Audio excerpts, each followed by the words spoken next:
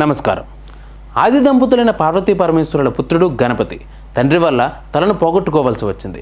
హిందూ సాంప్రదాయంలో వినాయకుడు సకల దేవతా గణములకు అధిపతి. ఏ పనులు తలపెట్టినా విఘ్నాలు లేకుండా కాపాడేవాడు విఘ్నేశ్వరుడు. చివరకు ఏ శుభకార్యాలు తలపెట్టినా ముందుగా పూజలు అందుకునే ఆదిదేవుడు. మరి అలాంటి వినాయకుడికి సంబంధించిన వినాయక చవితి విశిష్టత ఏంటో ఈరోజు తెలుసుకుందాం.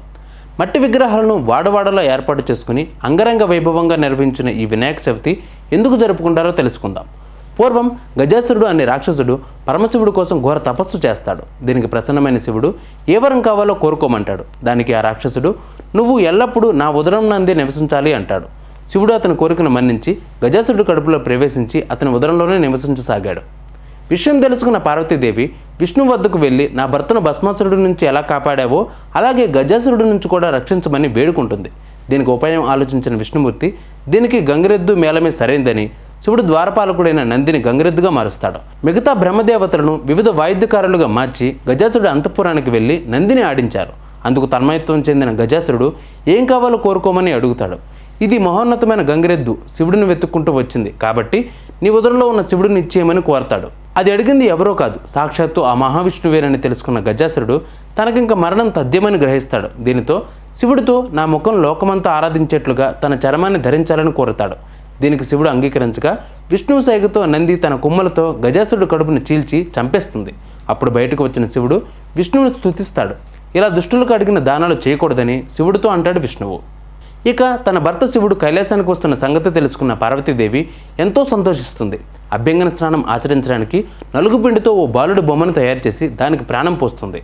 ఆ బాలుడిని కాపలాగా ఉంచి స్నానానికి వెళుతుంది పార్వతీదేవి. ఆ సమయంలోనే శివుడు కైలాసానికి చేరుకుంటాడు. లోపలికి వెళ్ళనీయకుండా ఆ బాలుడు అడ్డుకుంటూ ఉంటాడు.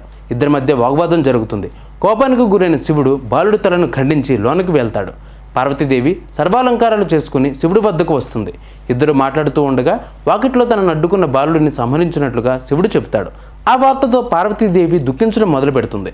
పార్వతీదేవిని ఓదార్చి తాను తెచ్చిన ఏనుగు ముఖాన్ని ఆ బాలుడికి పెట్టి ప్రాణం పోస్తాడు శివుడు. అప్పుడు ఆది దంపతులు అతన్ని కుమారుడిగా స్వీకరించి ఎలుకను వాహనంగా ఇస్తారు. అందువల్లే గజాననుడికి విఘ్నేశ్వరుడు పేరు పొందాడు. ఆ తర్వాత పార్వతీ పరమేశ్వరుడుకు కుమారస్వామి పుడతాడు. కొద్ది రోజులు గడిచిన తర్వాత ఒకరోజు దేవతలు మునులు తాము ఏ పని చేసినా విఘ్నాలు కలగకుండా ఓ దేవుడిని కనికరించమని కోరతారు. దానికి విఘ్నేశ్వరుడు కుమారస్వామికి ఇద్దరికీ కలిపి పోటీ పెడతారు. ఆ సమస్యను పరిష్కరించడానికి శివుడు, మీరు ఎవరైతే ముల్లోకాలను అన్ని పుణ్యనదుల్ని స్నానం చేసి ముందుగా ఎవరు వస్తారో వారికే ఆ పదవి అన్నాడు. దానికి అంగీకరించిన కుమారస్వామి తన వాహనమైన నెమలిని తీసుకుని వెంటనే వెళ్ళిపోతాడు. విఘ్నేశ్వరుడు చిన్నబుచ్చుకుని శివుడితో ఇలా అంటాడు, నా బలబలాలు తెలుసుకుని కూడా మీరు ఇలాంటి షరతు ఎందుకు పెట్టారు అని అడుగుతాడు. తన మీద దయతలిచి ఏదైనా ఉపాయం చెప్పమని అడుగుతాడు. అందుకు శివుడు నారాయణ మంత్రం చెబుతాడు. దీన్ని ఒక్కసారి స్మరిస్తే 300 కల్పాలు పుణ్యనదుల్లో స్నానం చేసినట్లు అవుతుంది అంటాడు. ఆ మంత్రం జపిస్తూ తల్లిదండ్రుల చుట్టూ 3 సార్లు ప్రదక్షిణ చేస్తాడు గణనాథుడు. కుమారస్వామికి మాత్రం ఏ నదిలో స్నానం చేయడానికి వెళ్తున్నా అప్పటికే గణనాథుడు స్నానం చేసి వస్తున్నట్లుగా కనిపిస్తాడు. అన్ని నదుల్లో స్నానం చేసి తిరిగి కైలాసం చేరుకునేసరికి తండ్రి పక్కనే గణేశుడు కనిపిస్తాడు. తన అహంకారాన్ని గ్రహించి ఆ ఆధిపత్యాన్ని తన అన్నకు ఇవ్వమని కుమారస్వామి శివుని కోరతాడు. ఆ విధంగా భాద్రపద చవితి నాడు గజానుడు విఘ్నేశ్వరుడైనాడు. ఆ రోజు భక్తులందరూ విఘ్నేశ్వరుడికి అనేక రకమైన పిండి వంటలను అందిస్తారు. ముఖ్యంగా కుడుములు, పాలు, నెయ్యి, టెంకాయ, అరటిపళ్ళు, పానకం, వడపప్పు పెడతారు. విఘ్నేశ్వరుడు తినేంత తిని తన వాహనం కోసం తీసుకుని వెళ్తాడు. ఎప్పటిలాగా తల్లిదండ్రులను నమస్కరించడానికి వంగబోతే తన వల్ల కాలేదు. ఆ విధంగా విఘ్నేశ్వరుడు అవస్థ పడుతుంటే శివుడి శిరస్సుపై ఉన్న చంద్రుడు పక్కపక్క నవ్వుతాడు. చంద్రుడు కన్నుపడి వినాయకుడు పొట్ట పగిలి కుడుములన్నీ దొర్లుకుంటూ బయటకు వస్తాయి.